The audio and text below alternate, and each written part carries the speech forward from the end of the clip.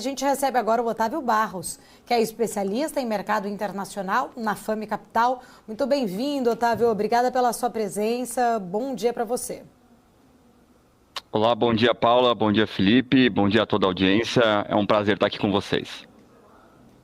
Obrigada, prazer é nosso. Otávio, quero começar falando contigo. A gente já tem visto aí muita volatilidade no dólar nas últimas semanas, tem se atribuído este movimento ao cenário internacional, mas a gente sabe que o doméstico também acaba mexendo bastante com o câmbio. Queria entender um pouquinho da sua visão, como que está a sua análise sobre estas oscilações, a instabilidade ali em nível global pode trazer mais oscilações também? Perfeito, Paula. Eu entendo que o dólar ele vem num movimento forte frente a quase todas as moedas do mundo, né? Não é uma coisa particular frente ao real, né? Acho que o real, a gente adiciona um pouquinho mais de volatilidade por conta de alguns problemas internos nossos, alguma desconfiança do mercado, principalmente quando a gente fala do fiscal, né? Então, acho que o governo trazendo aí uma resposta do fiscal pode acalmar um pouco, mas por enquanto existe essa expectativa aí que o governo consiga endereçar. Enquanto isso não acontecer de uma maneira mais plausível, o mercado deve seguir colocando o prêmio no dólar frente ao real. Inclusive, quando a gente olha um pouco, você falou ali de, das outras moedas também nessa comparação, há essa grande expectativa, do impacto, inclusive, do movimento da taxa de juros pelo Federal Reserve. A gente tem esta semana a decisão por lá. A taxa de juros nos Estados Unidos, acho que, claro, deve ser mantida entre 5,25% e 5,5% nesta reunião de agora. Tem muitas dúvidas ainda do cenário mais para setembro em diante, mas na sua opinião, na sua visão, Otávio, qual que pode ser aí o impacto desses juros ainda elevados nos investimentos globais, na economia americana? Queda de juros ali em setembro, que é tão aguardada pelo mercado, pode mexer com este cenário? Perfeito, Paulo. O mercado vem numa expectativa muito grande referente à queda de juros dos Estados Unidos. Obviamente, talvez seja o número mais importante a ser monitorado por todos os investidores do mundo, né? Houve a expectativa no começo do ano que teríamos muitas quedas, acabou não se concretizando, e agora a gente caminha talvez finalmente para o início dessa queda de juros, né? Mas pelo que a gente vê e acompanha as falas dos dirigentes do Fed, principalmente do Jerome Powell, a gente entende que eles tiveram muita dificuldade para domar a inflação, né? Já fazem alguns anos que eles, desde aquela parte que a inflação era transitória, depois era o higher for longer, então eles estão realmente buscando uma confirmação através dos dados para iniciar o movimento de queda de juros. Provavelmente, pelo que tudo indica, deva começar o movimento na reunião de setembro, né? Mas o mais importante nesse ponto não é só quando começa, mas também até onde vai, né? Qual será a taxa terminal de juros dos Estados Unidos, que é a taxa mais importante do mundo. A gente sabe que aquela história de juros zero, pelo menos ficou no passado, né? Pelo menos aí, nos próximos anos, ninguém tem expectativa que os juros volte para tão baixo, mas qual será essa taxa terminal? Vai ser por volta de 4, vai ser acima disso? São coisas que o mercado, após o início das quedas, vai passar a começar a monitorar também. Então, Otávio, eu gostaria de ouvir a sua conclusão, e você falava, existe a percepção, ou pelo menos tem essa expectativa em relação aos resultados dessa semana, e eu até já incluo, na semana passada, quando a gente viu a própria Tesla e Google, houve ali um movimento um pouco mais pé atrás do mercado, será que vão ser balizadores esses números das grandes companhias de tecnologia nessa semana para a gente ter essa visão de que realmente vai ter uma realização, realmente os investidores vão começar a fazer justamente esse movimento que eu te questionei de rotação?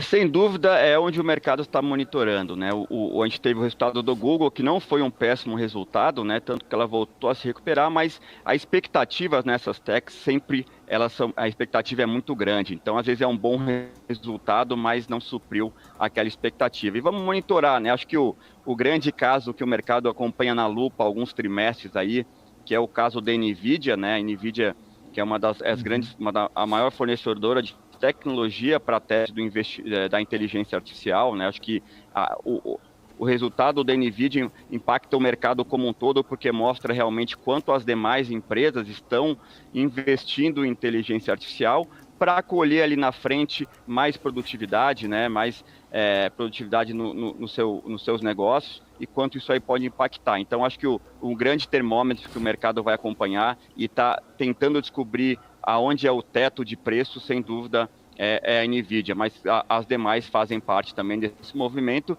e quanto mais acentuado for a indicação do Fed de queda de juros, né, vamos ouvir durante essa semana na super quarta o quanto eles indicam que os juros pode cair, realmente pode também ajudar as empresas que ficaram para trás, principalmente ali no Russell 2000, das empresas médias ali, que podem aí sim buscar ter um fluxo maior para elas. Ô, Otávio, a gente sabe que o mercado, né, e a gente comenta isso ao longo dos últimos anos, se a gente pode dizer assim, ele acaba tendo algumas reações um pouco mais exageradas, o que abre espaço, seja para você montar uma posição, aproveitar uma oportunidade. E a gente está vendo um movimento onde tem essa expectativa do corte de juros por um lado, tem também uma realização por conta de resultados das próprias companhias. Você imagina ou pode estar tateando pela frente aí um movimento ou um cenário onde se abram bastante possibilidades para o investidor, principalmente nesse movimento, né? Cai juros, empresas de tecnologia que não trouxeram maus resultados, mas não foram tão bons quanto o esperado. Há uma realização, a gente pode ver um movimento de abertura de possibilidades e oportunidades para os investidores aumentarem posição ou montarem posição, principalmente nessas grandes companhias que têm entregado, né, consistência ao longo dos últimos tempos?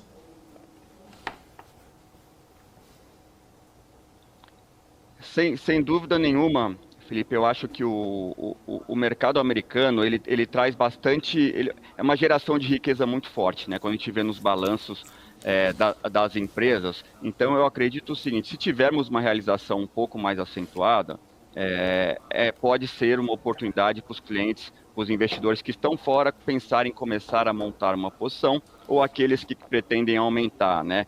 Pegando um pouco de dados, eu gosto de trabalhar com dados, 90% das vezes que o Fed começa o movimento de queda de juros, o mercado, a Bolsa Americana, tem um desempenho positivo nos 12 meses seguintes, né? Salvo caso tenha alguma recessão muito forte. Então, tudo indica que a economia americana ela segue forte, né? Embora a inflação esteja arrefecendo, vindo um pouco mais para a meta, mas ela segue uma inflação robusta e, historicamente, quando os juros começam a cair nos Estados Unidos, tende a ser um bom ano para as empresas do mercado americano.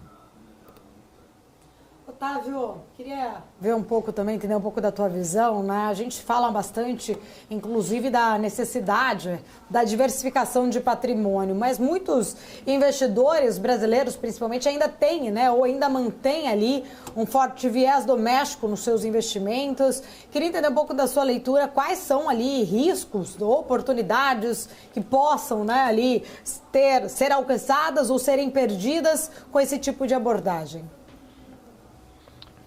Legal, Paula, você colocou muito bem. Eu acho que o brasileiro, todo investidor do mundo, ele tem um viés doméstico, isso é normal, né? O viés doméstico é você se sentir confortável em investir em ativos e mercados que você já conhece.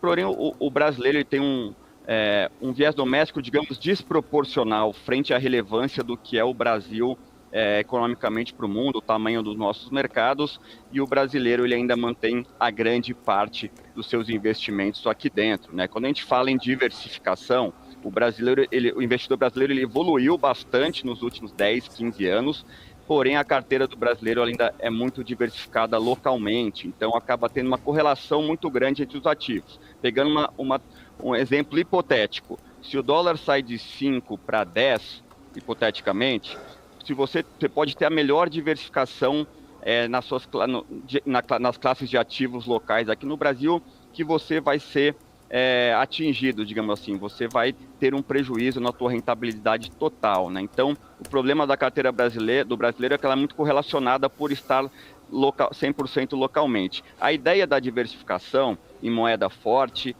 em uma economia, uma geografia diferente, uma economia mais robusta e uma jurisdição mais robusta, é justamente para trazer um equilíbrio nessa alocação, né? Você ter parte da tua carteira numa moeda mais forte, né? Não é uma questão do que é melhor ou o que é pior, tem horas que a carteira local vai performar melhor, horas que a internacional vai ser melhor, mas na composição do todo, no médio prazo, a diversificação internacional tende a trazer segurança e benefício para os investidores. Maravilha, Otávio, quero agradecer, muito obrigada pela sua presença, por estar aqui com a gente. Fica aqui o convite para voltar mais vezes na nossa programação. Eu que agradeço, foi um prazer, um abraço a todos. Até mais, conversamos com Otávio Barros, que é especialista em mercado internacional na Fame Capital, trazendo aí pontos importantes, visões importantes para a gente. Gostou desse vídeo? Não esqueça de deixar o seu like aqui na programação do YouTube e acompanhar o restante dos nossos conteúdos. Eu deixei separado aqui 2 vídeos super interessantes sobre economia e negócios. Então, clique nestes links e, claro, acompanhe o restante da programação da BMC News. Informação que gera valor.